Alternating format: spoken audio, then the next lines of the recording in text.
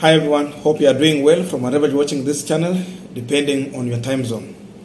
Now, the head of civil service, Joseph Kinyua, has announced the suspension of cabinet secretaries and the permanent secretaries from foreign travel. That means they will not travel outside Kenya.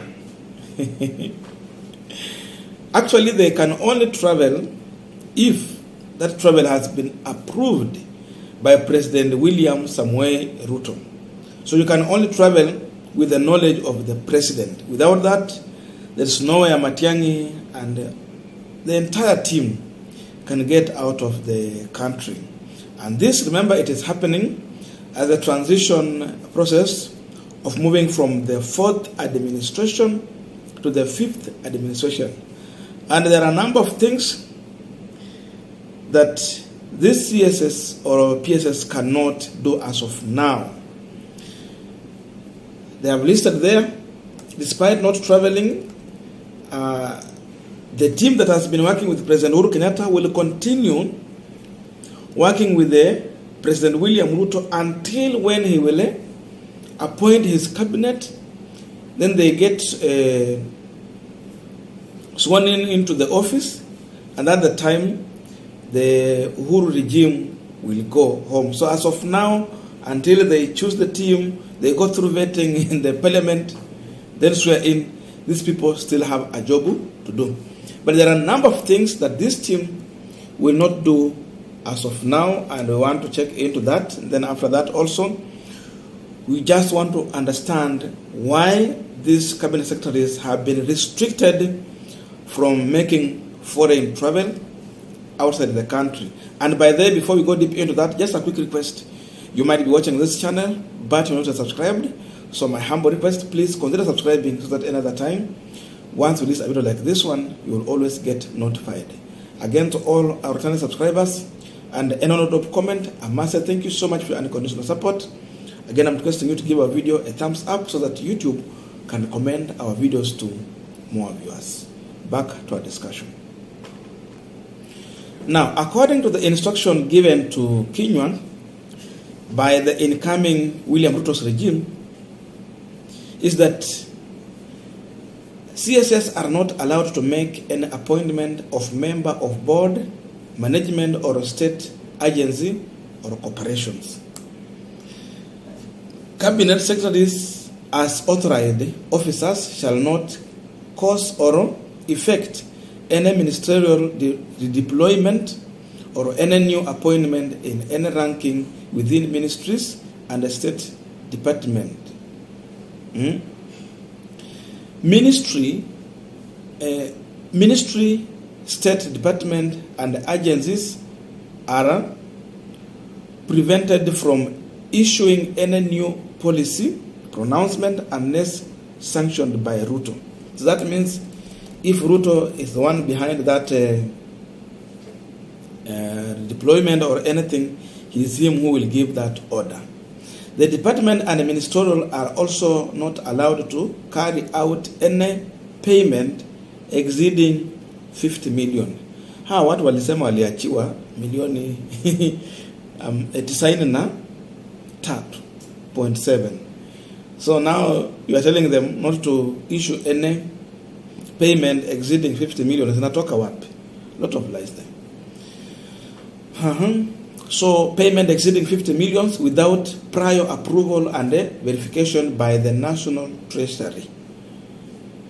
The outgoing leader term will lapse on the appointment and the swearing in of new cabinet secretaries.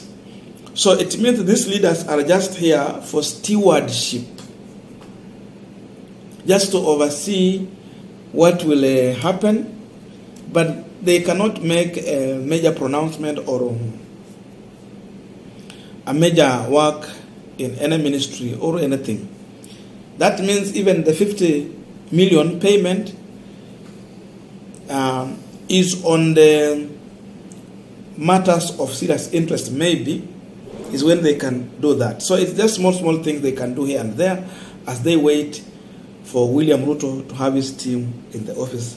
People are just wondering or scared more of why, when they hear the term that the cabinet secretaries have been suspended from making foreign trips. That's where the jitter comes from. But there are other issues.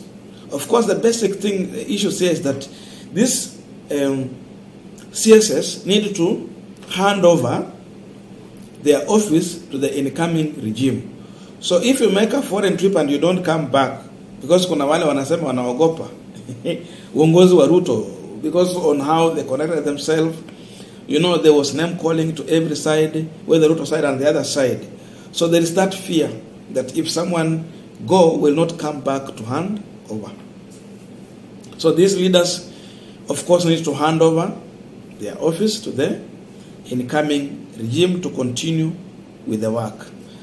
But there are also other things that we can maybe try to insinuate that is causing these people to be restricted from going outside the country as of now. Apart from handover, because we know handover will happen, what else?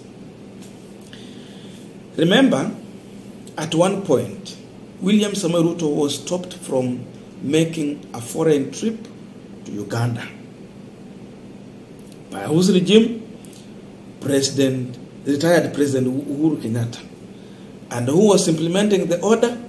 Fred Matiang'i and the team. Sasa ikifika wakati kama huu, someone can say maybe the president is trying to revenge from what he had undergone through in the hands of Uhuru Kenyatta's men, like Fred Matiang'i and the team. So as of now, it is their turn now not to make a foreign trip. Order from President William Samoei Ruto. So someone can say that. The same way you treated Ruto is not the same way you will be treated. They cannot go out. But I still remember when Ruto was campaigning, he made it clear that they are going to make an inquiry on the state capture in the regime of President Uhuru Kenyatta, the immediately retired president. And of course, when they took over power, they said that they are in the process of constituting a team that will check into the state capture. So who are these people who are going to be investigated? Remember, they are talking about President Uhuru Kenyatta spending to a tune of 4 million every day on hosting politicians and the political activities at State House. They want to investigate. So whom are you investigating? There are these cabinet secretaries and then PSs. So these are the people Ruto want to investigate. And because of this, he will not allow them to get out of the country. Investigate them. And then come out with the reality, because seemingly it's like Ruto is determined even to prosecute some of these CSs in case they will be found culpable on some of the matters. They might maybe have gone beyond what the law allows them to do. So that could be another reason. Revenge and investigate on the issue of state capture. So what we are going to wait to see is what is President William Samoei Ruto is going to do after these leaders have handed over the office to the incoming regime. Because seemingly, if you check, there is no one Ruto might leave in the office to work with him in the new government. All of these people might just go home, and they will bring in a new crop of leadership. So we'll wait and see on what he will do next after Matiang'i and the team have handed over. Because I know there is rumors here that some of these leaders, CSs, have already secured some jobs outside the country, or in UN and all those other bodies and governmental organizations. So some might be flying out of the country after handing over to go and take new duties, because seemingly Ruto will have no time for them or a duty for them to do. So we are going to wait and see how is he going to do after they have handed over, or if he will subject them to state inquiry, capture inquiry, or those things. What will he do after that? And in return, we will understand what next for the country. See you in our next video, but let us meet in the comment section. Tell me in your own view, why is Ruto restricting the CSs and PSs from traveling outside the country?